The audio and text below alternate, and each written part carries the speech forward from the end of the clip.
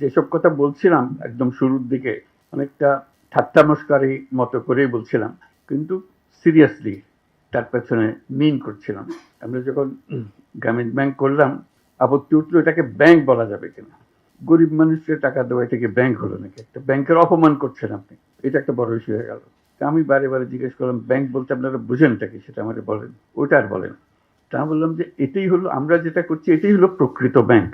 আপনারা যেটা করছেন এটা নিছক লোক দেখানো ব্যাংক। তো এটার ব্যাখ্যা চাইলো সবাই, এখানেও আমি বলছি যে এটাই আমাদেরটাই প্রকৃত ব্যাংক, তোমাদেরটা লোক দেখানো ব্যাংক, যেটাকে তোমরা ব্যাংক বলছো। তা আমি ব্যাখ্যা দিলাম, বললাম যে ব্যাংক শব্দটার উৎপত্তি হয়েছে একটা শব্দ থেকে, যেটা হলো অর্থ হলো ট্রাস্ট, ডিপেন্ড করা।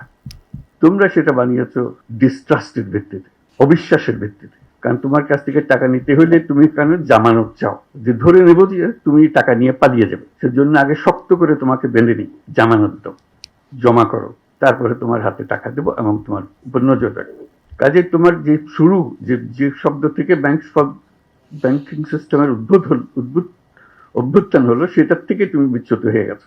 আমাদেরটা হলো আসল ব্যাংক, যেটা মানুষের বিশ্বাসের উপর ভিত্তি করে আছে, কারণ এখানে কোনো জামানত নাই, এটা জামানতবিহীন ব্যাংক। আমরা মানুষকে টাকা দিই বিশ্বাসের ভিত্তিতে, তার মাঝখানে আর কিছু নাই। তো বলে যে না এটাকে হয় নাকি, এরকম বিশ্বাসের ভিত্তিতে আপনি অল্প অল্প টাকা দিতে পারবেন, বড় বড় টাকা দিতে পারবেন? আমি যে পারবো, কোনো অসুবিধা হচ্ছে না তোমাদের। যেটা একদম প্রথম দিকের কথা। এরপরে তো অনেক কিছু হয়ে গেল, বড় টাকা, কত বড় টাকা চান, সেখানেও কোনো জামানত, কোনো বিষয় নেই। এত যে পরিসংখ্যান দেখছেন এগুলো সব জামানতবিহীন। এটা মজার কথা হলো ঠিক এমন সময় আমরা আলাপ করছি, ভাগ্যের পরিহাস।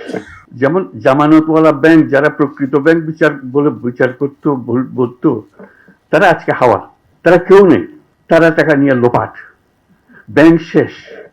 আর মাইক্রো ক্রেডিট পরিসংখ্যান আপনারা দেখতেছেন, পয়সা কেউ মারে নাই, কেউ পালিয়ে যায় নাই, সেগুলো প্রতিটি পয়সা আছে, তাদের জমা টাকা আছে, তাদের নিজেদের কাজ চলছে এবং নিজেদের টাকায় নিজেরা চলছে।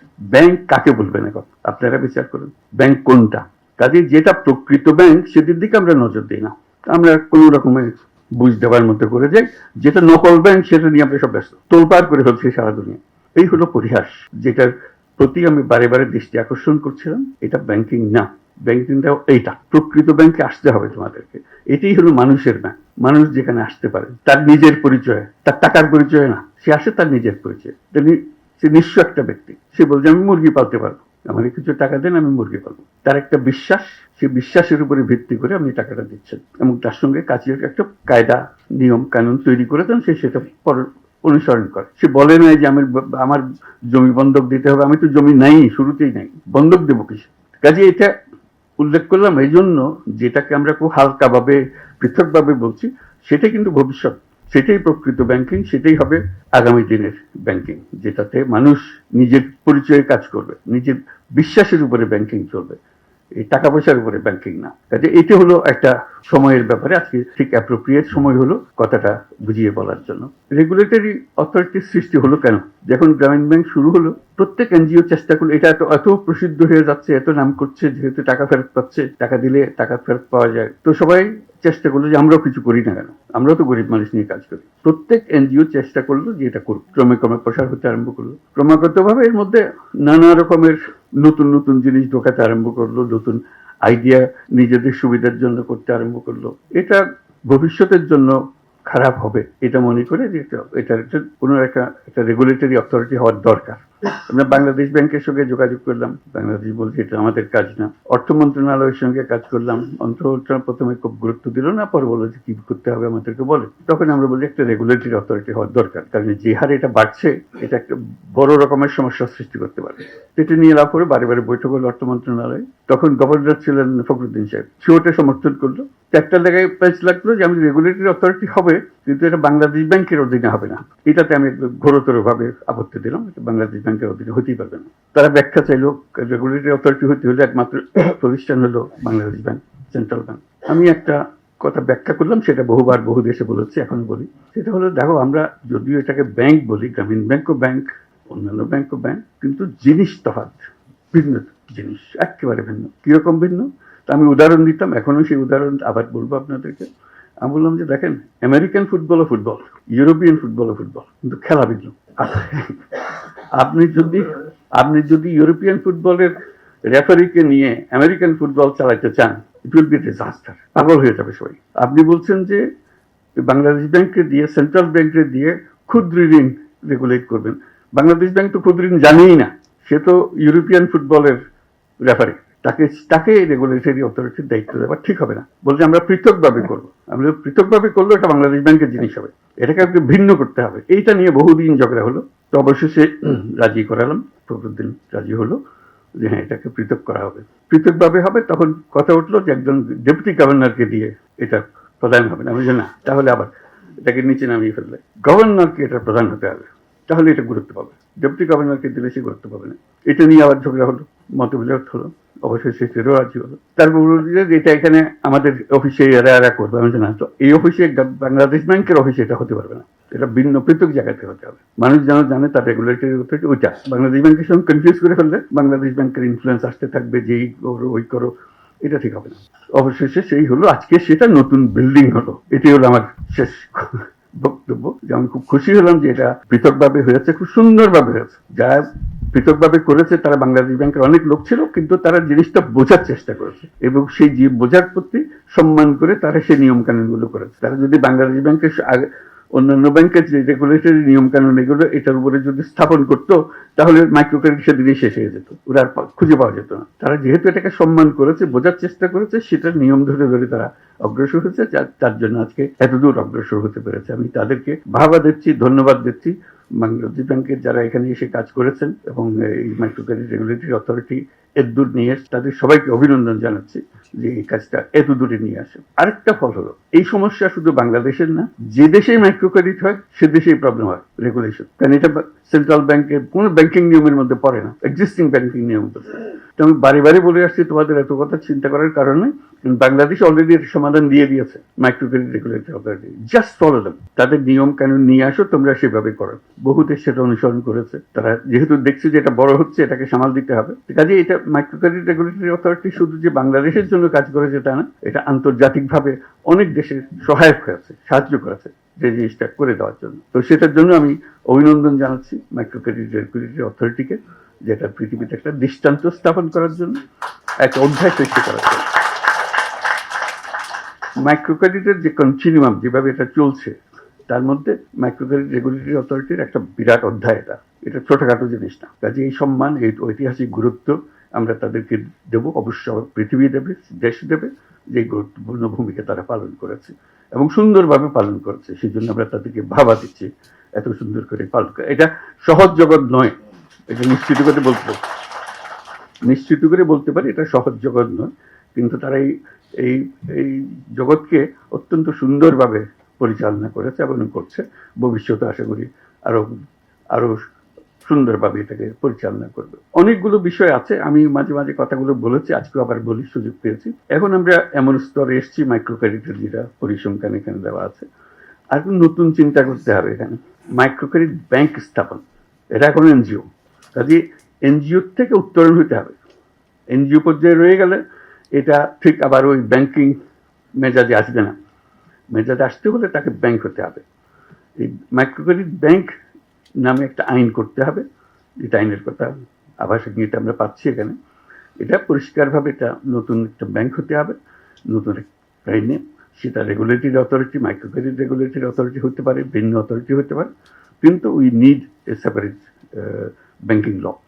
যেখানে এখন যেটা পরিসংখ্যানে দেখছেন, তারা সদস্যদের সঞ্চয় নিতে পারে, বাইরের কারোর ডিপোজিট নিতে পারে না।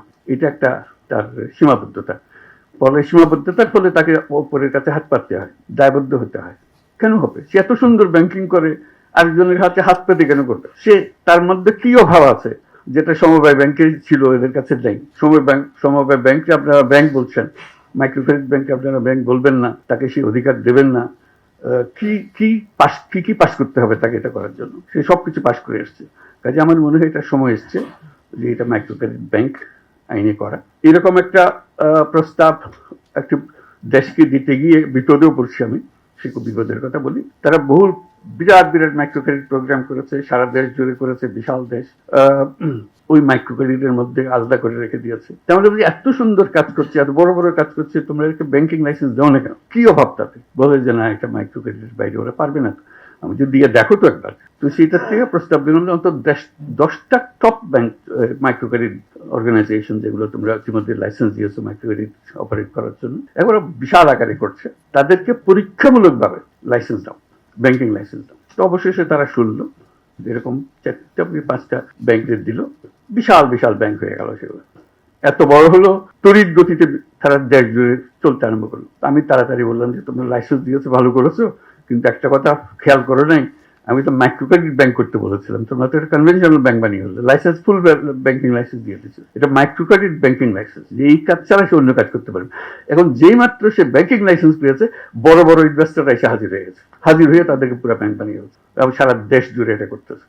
তা আমি বললাম যে এটা ভুল হয়ে গেছে। তো সে কথাটা মনে করিয়ে দিচ্ছে এখানেও, আমরা যখন মাইক্রো ক্রেডিট ব্যাংকের লাইসেন্স দেবো, পরিষ্কার বলতে হবে যে এই কাজের জন্যই লাইসেন্স দেওয়া হচ্ছে, কনভেনশনাল ব্যাংকিং এর জন্য লাইসেন্স দেওয়া হচ্ছে না, এটা আলাদা করে ফেলা। তার সঙ্গে একটা এডিশন চাচ্ছি, এই ব্যাংক যেগুলো হবে এগুলো হলো সামাজিক বাণিজ্যের ব্যাংক, সামাজিক ব্যবসার ব্যাংক, এটা কারো মুনাফার জন্য না। এখানে এই বৈশিষ্ট্য এনজিও হলে সেটা সমস্যা নাই, কারণ যেহেতু এনজিও কে পয়সা নিজস্ব খাতে আমদানি আয় করতে পারছে না, লাভ করতে পারছে না। যেই মাত্র ব্যাংকিং লাইসেন্স দেওয়া হবে, কেউ বলছে ঠিক আছে আমি ব্যাংকিং লাইসেন্স নিলাম, আমি এখন টাকা রোজগার করবো। সেখানে লাইসেন্সের মধ্যে, আইনের মধ্যে থাকবে এটা একটা সামাজিক ব্যবসার প্রতিষ্ঠান হবে, অর্থাৎ মালিক এর কাছ থেকে কোনো মুনাফা নিতে পারবে না। এবং মালিক, সদস্যরা, মাইক্রো ক্রেডিটের একটা বৈশিষ্ট্য, সদস্যরা মালিক হয়। কাজে যেমন গ্রামীণ ব্যাংকের মালিক হয়েছে ব্যাংকের মালিক, গ্রামীণ ব্যাংকের 90% মালিকানা হলো না, গ্রামীণ ব্যাংকের যারা ঋণ গ্রহীতা তারাই হলো তাদের মালিক, এবং তারাই বোর্ডে বসে, তারাই নিয়ন্ত্রণ করে। কাজে ওই রকম একটা কিছু যে ব্যাংকিং লাইসেন্স হবে, যেখানে তারাও পার্টিসিপেট করবে, তাদের জন্য তারা মুনাফা পাবে, কিন্তু যারা ঋণ গ্রহীতা নয়, কোয়ালিফাই করে না, সেই রকম যারা ইনভেস্টার, তারা তাদের কাছ থেকে মুনাফা নিতে পারবে না। এই একটা বিশেষ অংশ তার মধ্যে থাকতে হবে। দ্বিতীয় অংশ যেটা থাকতে হবে, যেটা আমরা বারে বারে জোর করছি, এই পুরো গ্রামীণ মাইক্রো ক্রেডিট গ্রামীণ ব্যাংক সৃষ্টি হওয়ার মূলে যেটা ছিল, এটার আইডিয়া যে মানুষ মাত্রেই উদ্যোক্তা। এটি হলো অন্যান্য জিনিসের থেকে যে আমরা পৃথক করলাম, মানুষ মাত্রই উদ্যোক্তা, সে চাকরি চাইবে না, নিজ উদ্যোক্তা হবে। এই উদ্যোক্তা হওয়ার জন্য তাকে আমরা হাতে সরঞ্জাম তুলে দিচ্ছি, যে কারণে সে উদ্যোক্তা হতে পারবে। এখন আমরা তরুণদের, তাদের পরিবারের সদস্য, তাদের ছেলে মেয়ে যারা আছে, যারা চাকরি সন্ধানে বয়স হইতে হতে সবাই বলে চাকরি খোঁজো, চাকরি খোঁজো, এটা আর বলবে না, যেহেতু মাইক্রো ক্রেডিট ব্যাংক আছে।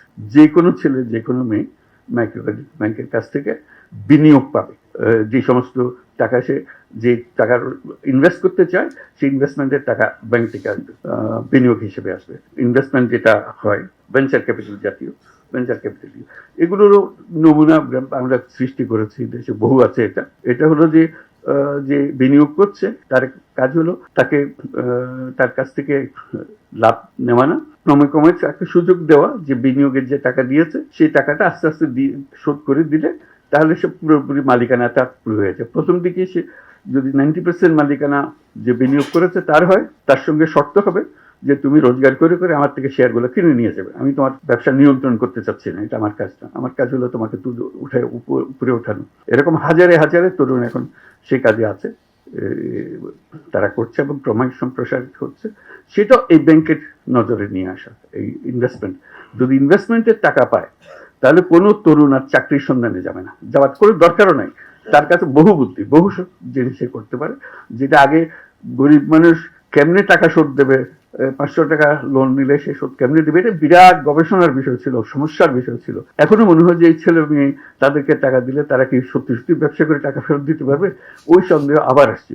তো সেই সন্দেহ অতিক্রম করার জন্য আমরা বাস্তবে সেগুলো করেছি, বহু নমুনা আছে, কারণ যেতে পারে, যে কেউ যেতে পারে, কিন্তু সরকার হিসেবে আমাদের দায়িত্ব হলো সে প্রতিষ্ঠানগুলো সৃষ্টি করে দেওয়া। কাজে এই ব্যাংক সৃষ্টি করার দায়িত্ব হলো আমাদের। এই যে যারা তরুণরা আছে, মহিলা পুরুষ, ঘরে বাইরে যেখানে যেখানে আছে, তারা যেন এই বিনিয়োগটা পায় এবং নিজের বুদ্ধিতে নিজের ব্যবসা করে ফেলতে পারে। কাজে আজকে মাইক্রো ক্রেডিট রেগুলেটরি অথরিটির এই বিল্ডিং উদ্বোধনের প্রসঙ্গে আমরা বহু কথা বলার সুযোগ পেলাম। আমরা তাদেরকে ধন্যবাদ দিচ্ছি এবং এখান থেকে আবার নতুন অধ্যায় সৃষ্টি হোক। যে পর্যন্ত আসলাম এটা বিরাট একটা অধ্যায়, কিন্তু আমরা বিরাট অধ্যায় শেষ করে আজকে নিজস্ব ভবনে আসলাম, যে কথা বারে বারে উল্লেখ করা হয়েছে। এখান থেকে আমাদের যাত্রা কোন দিকে নিয়ে যাবে সেটা আমরা আজকে স্থির করলাম।